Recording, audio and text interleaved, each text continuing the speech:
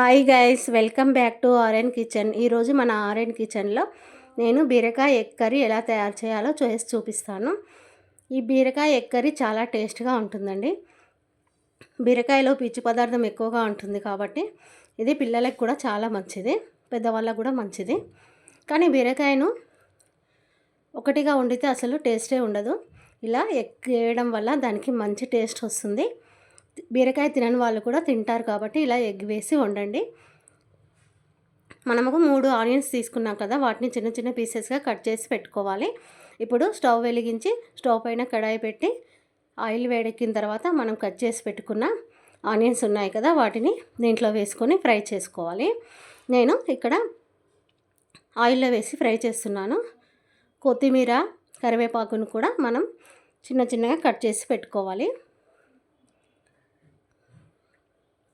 ఈ బీరకాయలో మనం పీచు పదార్థం ఎక్కువ ఉంటుంది కాబట్టి ఇది హెల్త్కు చాలా మంచిది. ఇప్పుడు దీంట్లో కొంచెం అల్లం వెల్లుల్లి పేస్ట్ వేసుకోవాలి. ఈ ఆనియన్స్ని బాగా ఫ్రై చేసుకోవాలి. ఆనియన్స్, అల్లం వెల్లుల్లి పేస్ట్ బాగా ఫ్రై అయ్యేలా చూసుకోవాలి. తర్వాత 1 స్పూన్ పసుపు వేసుకోవాలి. ఇప్పుడు నేను దీంట్లోకి 1 స్పూన్ పసుపు వేసుకుంటున్నాను.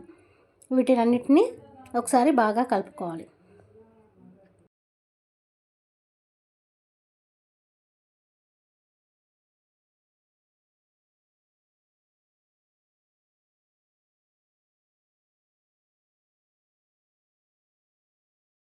ఇప్పుడు ఆనియన్స్ బాగా ఫ్రై అయిపోయాయి.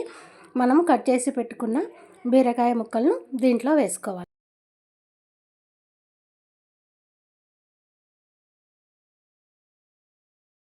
బీరకాయ ముక్కలన్నింటినీ ఇందులో వేసి ఒకసారి గరిటెతో మొత్తం కలుపుకోవాలి.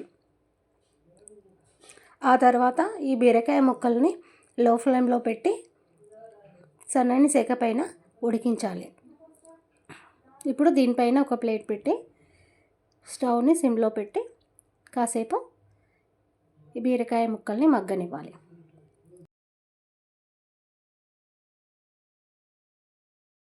చూడండి, ఇక్కడ బీరకాయ ముక్కలు కొంచెం మగ్గిపోయాయి. ఇలా మళ్ళీ ఒకసారి కలుపుకోవాలి. ఇప్పుడు దీనిపైన ప్లేట్ పెట్టి మళ్ళీ ముక్కలన్నింటినీ బాగా మగ్గనివ్వండి. మనము తరిగి పెట్టుకున్న కొత్తిమీర, కరివేపాకును కూడా ఇందులో వేసుకోవాలి. తర్వాత వీటినన్నింటినీ ఒకసారి కలిపి స్టవ్ను సిమ్లో పెట్టి ఇంకో 5 మినిట్స్ దీన్ని మగ్గనివ్వాలి.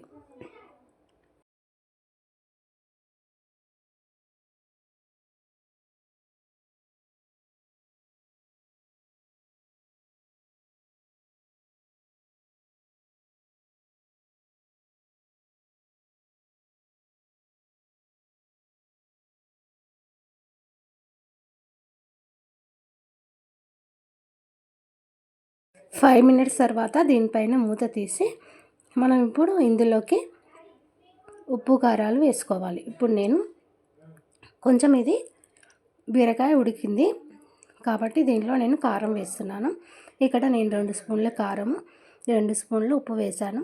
మీరు ఉప్పు కారాలు ఎలా తింటారో దాన్ని బట్టి, మీరు కారంగా ఎక్కువ తినే వాళ్ళైతే, స్పైసీ ఎక్కువ తినే వాళ్ళైతే కారం ఎక్కువగా వేసుకోండి. మేము తక్కువగా తింటాం కాబట్టి తక్కువగా వేశాను. ఇప్పుడు 2 స్పూన్లు కారం, 2 స్పూన్లు ఉప్పు వేశాను. ఈ ఉప్పు కారాలు అంతా బాగా పట్టేలా మళ్ళీ ఒకసారి ఇలా గరిటెతో కలుపుకోండి.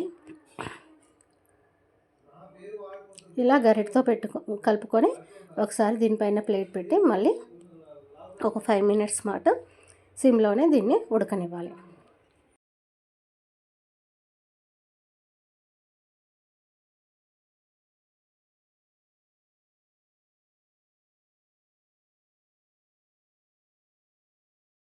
మనం దీంట్లోకి కొంచెం వాటర్ పోసుకోవాలి. నేను ఇక్కడ ఒక చిన్న గ్లాస్ వాటర్ పోసాను. ఇలా వాటర్ పోసిన తర్వాత గరిటెతో మళ్ళీ ఒకసారి కలుపుకొని ప్లేట్ పెట్టి మళ్ళీ ఇంకొక 5 మినిట్స్ దీన్ని ఉడకనివ్వండి. ఇప్పుడు నేను దీనిపైన ప్లేట్ పెట్టి ఒక 5 మినిట్స్ దీన్ని ఉడకనిస్తాను. మనం దీనిపైన ప్లేట్ తీసి ఒకసారి దీన్ని ఇలా గరిటెతో కలుపుకోవాలి. ఇక్కడ వీడియో కొంచెం మిస్ అయిందండి. నేను దీంట్లోకి ఎగ్స్ కొట్టి పోసాను, అది మిస్ అయింది. మీరు ఇప్పుడు దీంట్లోని ఎగ్స్ కొట్టి పోసుకోండి. మనము ఎగ్స్ కొట్టి పోసిన తర్వాత స్టవ్ పైన 5 మినిట్స్ కదపకుండా అలాగే ఉంచుకోవాలి. ఇప్పుడు జాగ్రత్తగా గరిటెతో ఇలా టర్న్ చేసుకోవాలి, అంతే. చివరిగా మనము 1 స్పూన్ గరం మసాలా వేసుకొని దించేసేయాలి, అంతే. ఎంతో టేస్టీగా ఉండే బీరకాయ ఎగ్ కర్రీ రెడీ అయిపోయినట్టే. మీరు కూడా ఈ బీరకాయ ఎగ్ కర్రీని చేసుకొని ఎలా వచ్చిందో నాకు కామెంట్ బాక్స్లో కామెంట్ పెట్టండి. ఈ వీడియో కనుక మీకు నచ్చినట్టయితే ప్లీజ్ లైక్ చేయండి. మీరు లైక్ చేయడం వల్ల మా వీడియో ఇంకా ముందుకు వెళ్తుంది. లైక్ చేయడం మాత్రం మర్చిపోవద్దు. ఇలాంటి మరెన్నో వీడియోస్ కోసం మా ఛానల్ని సబ్స్క్రైబ్ చేసుకోండి. చివరిగా ఒక మాట, లైక్ చేయడం మాత్రం మర్చిపోవద్దు. Please like, share, subscribe to my channel. Bye guys. ఇంకొక మంచి వీడియోతో మళ్ళీ కలుసుకుందాం.